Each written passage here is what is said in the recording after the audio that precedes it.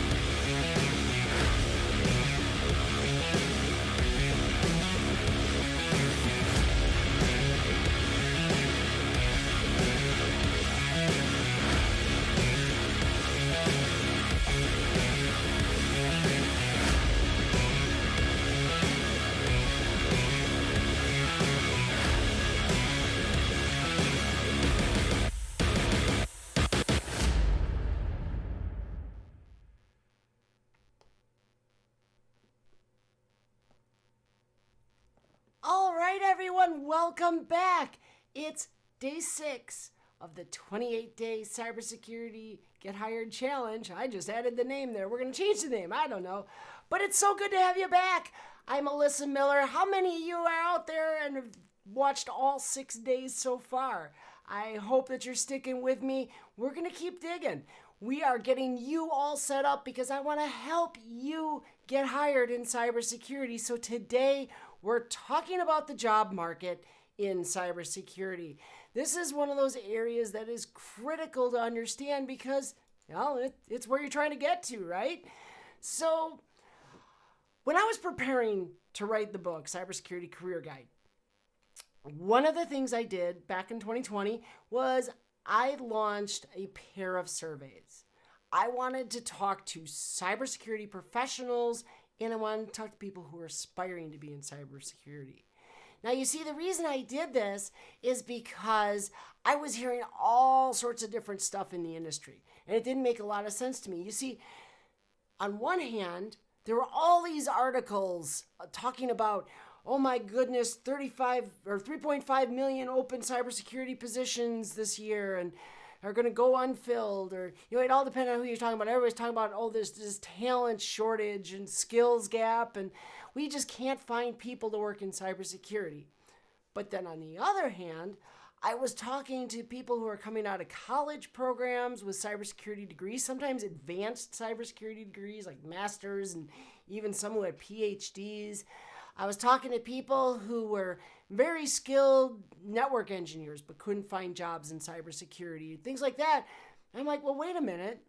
If we have all these people who want to work here, how are we ending up with, millions of unfilled jobs, supposedly? It just didn't make a lot of sense to me. So I launched these surveys with the intention of trying to gain some meaningful information about the job market. And I thought I was just going to find answers like, here, I'm going to figure out what job seekers are doing wrong, and I'm going to be able to tell them what they need to do differently. Well, it didn't work out that way. What I really figured out is that a lot of the problems are ultimately, sort of self-inflicted by us in the industry and how we hire. But let's start at the beginning. We're going to look at some of the statistics. I got a couple graphs, just a couple of them, but that kind of tell the story of what's going on in this industry. So the first question I asked of both experienced professionals and those who were aspiring professionals or entry-level individuals who were searching for cybersecurity job, who were actively in the market searching. And I asked them very simply, how long you been looking? And these were the results. So what you see here is there's, a good chunk of experienced professionals who are in the job market for 0 to 2 months. You see a smaller number of entry level, but then you notice from there on, they're all fairly even. We make up the numbers in the experienced categories in the other time frames. But what you see here is that ultimately both experienced and entry-level candidates were having the same problems.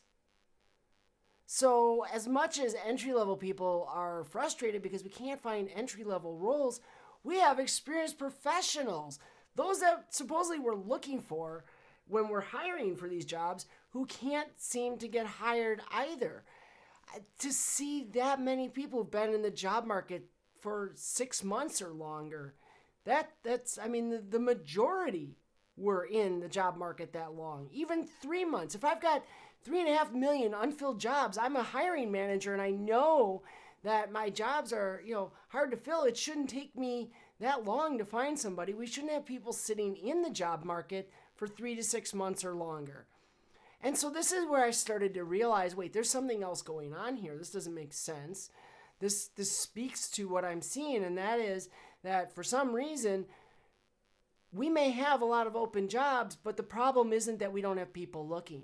There are people out there and they're sitting in the job market for a long time. If there was really this shortage of skill, we wouldn't see that many people out there for, up to a year or more because we'd be hiring them.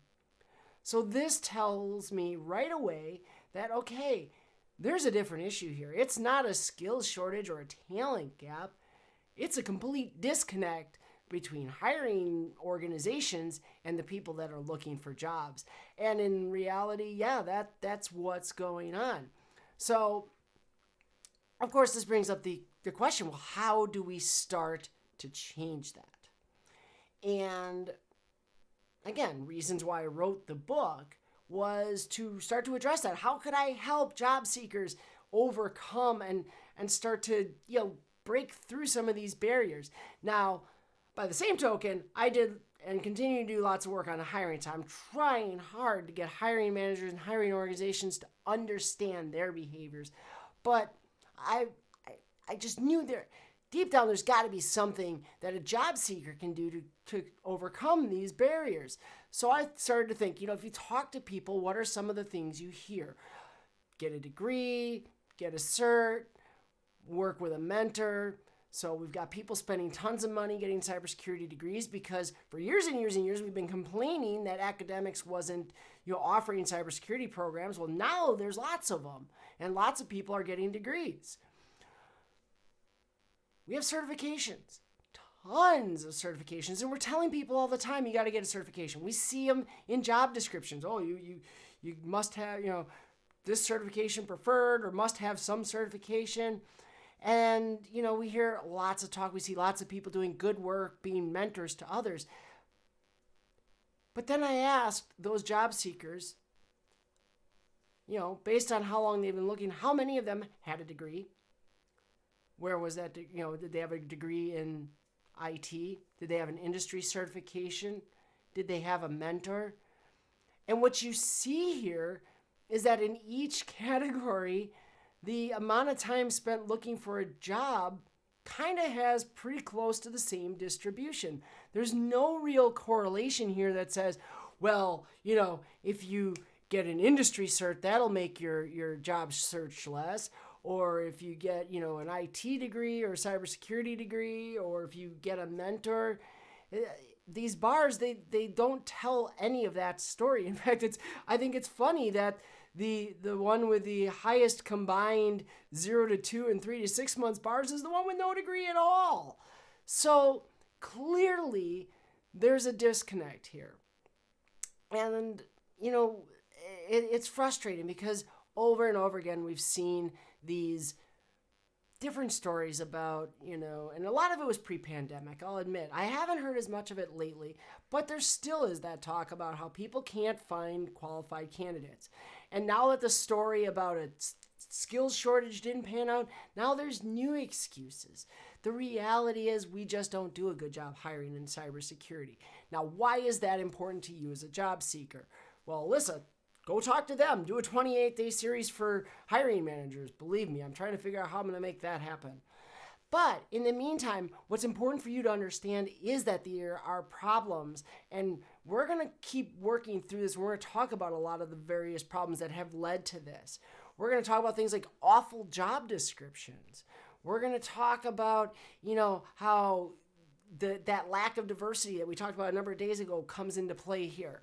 And so by you being aware of these things and understanding how the fact that they exist, we're going to be able to talk about how you overcome those. So understand this is the job market you face when you want to get into cybersecurity. It is what it is. We're trying to change it. It's not just me. There's a lot of people in this field who understand and see the problem for what it is, and we want to fix it.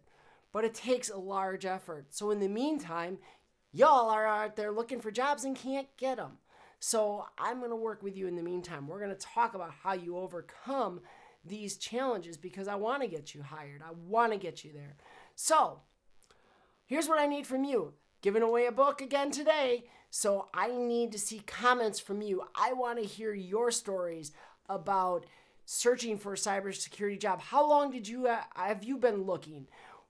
Have you invested money and time into getting a certificate? Did you have somebody tell you you need to get a degree? Do you have a mentor? Tell us about those things in the comments. I want to hear them. And as always, we'll randomly select one of those commenters to receive a free copy of the book. So be sure to do that. Also remember that all of this month, Manning is offering 35% off of all of their titles. You just need to go to their site, manning.com, and enter that discount code 28day CHL Miller, or go to the link that you see here, or scan the QR code. I promise it's a safe code. You can do it. I've done it myself.